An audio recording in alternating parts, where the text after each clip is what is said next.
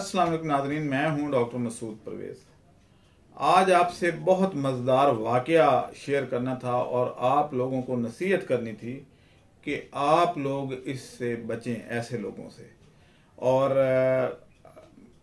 मैं इस तरह के वाक़यात सुनता रहता हूं, लेकिन ये वाक़या ऐसा है जिसका मैं खुद चश्मदीद गवाह हूँ। लाहौर बायोफ्लॉक फ़िश और श्रिम्प फार्मिंग ट्रेनिंग का ऐलान। लाहौर बायोफ्लॉक फ़िश और श्रिम्प फार्मिंग ट्रेनिंग का आगाज़ 14 और 15 नवंबर को होगा। फ़ीस 9,000 बामा नाश्ता और लंच। रजिस्ट्रेशन के लिए अभी रब्ता करें 0300 400 9799 0300 8820 519। मुझे एक दफ़ा टोबा टेक सिंह में अपने एक जानने वाले के यहाँ ठहरना पड़ा। मुझे मेरा काम वहाँ लंबा हो गया और मुझे तकरीबन कोई एक हफ़्ता वहाँ उनके घर में रुकना पड़ा।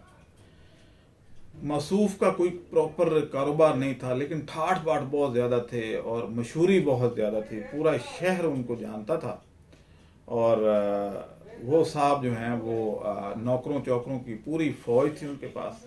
और सुबह सुबह नाश्ता बनने, पराठे बनने शुरू हो जाते थे और शाम तक लोगों का तांता बनता रहता था।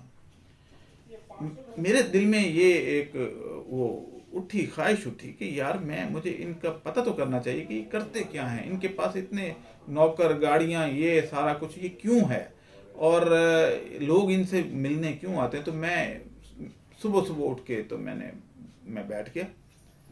तो जो लोग आए तो मैं उनकी बातें सुनने लग गया कि ये क्या करते हैं। तो हालांकि दरमियान में उन्होंने एक पर्दा सा लगाया हुआ था कपड़े का, तो उसके उस तरफ यानी बेड बिछाए हुए थे मेहमानों के लिए, तो मैं वहाँ लेटता था।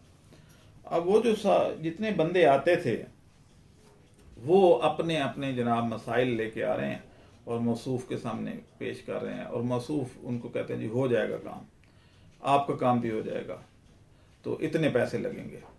अब मैंने जब गौर किया तो पता चला कि मौसूफ़ क्या करते हैं कि जो भी बंदा आता है वो कहता है जी कि मेरे जो है ना ये केस है, मेरे पे फ़र्ज़ करें डकैती का या चोरी का या इस तरह का पर्चा हो गया है, तो फ़लाँ जज साहब के पास मेरा केस लगा हुआ है, तो आप मेरा वो केस जो है वो हल करवा दें, मेरा मसला हल करवा दें। वो कहते जी ठीक है, आप जो है ना शाम को मेरे से पता कर लें, तो आपका मसला इंशाल्लाह मैं हल करवा दूंगा। शाम होनी तो उन्होंने बताना कभी आपका तो 1,00,000 रुपए लगेगा, तो फिर इस केस से आप निकल जाएंगे। और वो साहब जो हैं वो 1,00,000 लेके तो पहुंच जाते थे। अब ये करते क्या थे, मुझे और तजस्सुस हुआ कि यार ये जज साहब जो हैं, क्या ये जज साहब बिके हुए हैं, क्या ये पुलिस इंस्पेक्टर या डीएसपी जो है या एसपी साहब ये बिके हुए हैं, तो ये कैसे मुमकिन है कि सारे केसेस ये हल करवा लेता है। तो इसके बारे में मैंने रिसर्च शुरू कर दी। मीनवाइल उन्हीं दिनों वहाँ पे जो सेशन जज थे वो ट्रांसफ़र होके नए आ गए, तो मौसूफ़ ने उनको दावत पे बुलाया। दावत पे नहीं बुलाया बल्कि पहले उनके घर जो है वो खाने की 12-13 डिशें जो हैं थालों में डाल के, तो मिठाई और ये वो उनके घर भिजवा दी। अब वो जज साहब इसको जानते नहीं थे, लेकिन अब क्योंकि चली गई तो ये वो उन्होंने कहा भी कोई होगा जानने वाला जो भी है। कुछ दिनों के बाद इन्होंने इनका छोटा सा कॉलेज था जिसमें कोई मेरे ख्याल 25-30 स्टूडेंट होंगे, तो उसमें इन्होंने प्राइज डिस्ट्रीब्यूशन रखी और उसमें जज साहब को मेहमान खुसूसी बुला लिया। अब वो आ गए तो तस्वीरें वगैरह हो गई, वो बैठे हैं, वो संदे तकसीम कर रहे हैं, फैमिलीज आई हुई हैं देखने वाले, तो वो सारे जो हैं उसमें वो गेट टुगेदर में वो जज साहब के यहाँ तस्वीरें बन गई इनकी। फिर जब थाल जा रहे थे खाने के तो उसकी भी बाकायदा वीडियो क्लिप बना लिया उन साहब ने। उसके बाद इसी तरीके से डीएसपी साहब नए आए तो वो भी ऐसे ही उनका भगत किया होगा उसने।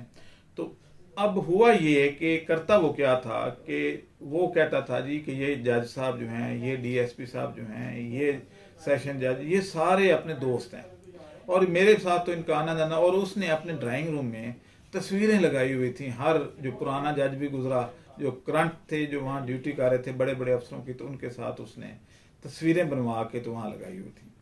अब जो बंदा आता था वो इम्प्रेस होता था कि इसकी तो बड़ी वाकफियत है, ये देखें जो उनको मिठाई का डिब्बा दे रहा है, ये थाल जा रहे हैं, ये वो। अब उसके बाद ये होना कि जैसे ही उस मुदई पार्टी ने या जो मुल्ज़िम पार्टी है उसने 1 लाख रुपया देना तो उसके हक में फैसला करवाने की उम्मीद पे उसको भेज देना कि हो जाएगा। मीनवाइल दूसरी पार्टी जो उसी केस में मुल्ज़िम होती थी या मुदई होती थी उसको भेज देना कि वो तो 1 लाख रुपया लेके आए थे, तो वो दे के गए हैं कि मेरा काम करवा दो, तो तुमने अगर तो केस हारना है तो फिर ठीक है, और अगर चाहते हो कि तुम्हारे हक में फैसला हो तो तुम आ जाओ मेरे पास और 1.25 लाख रुपया लेते आना, तुम्हारे हक में मैं करवा सकता हूँ। वो जनाब उसने भी भागे जाना, क्योंकि हमारे पंजाब में जो रूरल एरिया में वहाँ तो कल्चर ही इस तरह का है कि जी वो एक से आगे बढ़ के तो दूसरे ने काम करना है, वो पैसे दे जाता था। और इस यकीन दिलाने पे कि 100% जो है ये आपके हक में फैसला होगा, नहीं तो पैसे आपके घर वापस। अगर मैं ना करवा पाया तो जनाब ये पैसे आपके अमानत हैं, ये आपके घर पहुंच जाएंगे।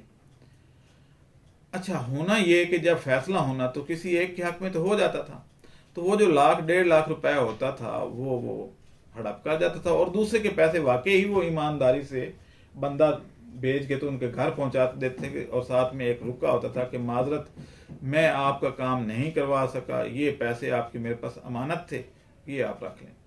और वो इतना मशहूर हो गया कि ये जनाब ये बड़ा ईमानदार है और काम ज़रूर करवाता, नहीं तो पैसे तो वापस। तो अब दोनों में से एक के हक में तो फैसला होना ही होता है। तो इस तरीके से वो अपने जो है वो एक लीगल फ्रॉड करता था। तो और हमारे जो मुतासरीन हैं या उस इलाके के जो मुदई और मुल्ज़िम दोनों जो हैं वो खुश रहते थे कि पैसे दिए हुए तो काम होगा, नहीं तो मसला ही कोई नहीं, पैसे तो वापस घर आ जाएंगे। तो और उनका उस बंदे का जजों से किसी डीएसपी से कोई तल्लक नहीं था। ये ऐसे ही है जैसे डबल शाह करता था। तो आप ऐसे लोगों के चांस में मत आए, खुद काम करें।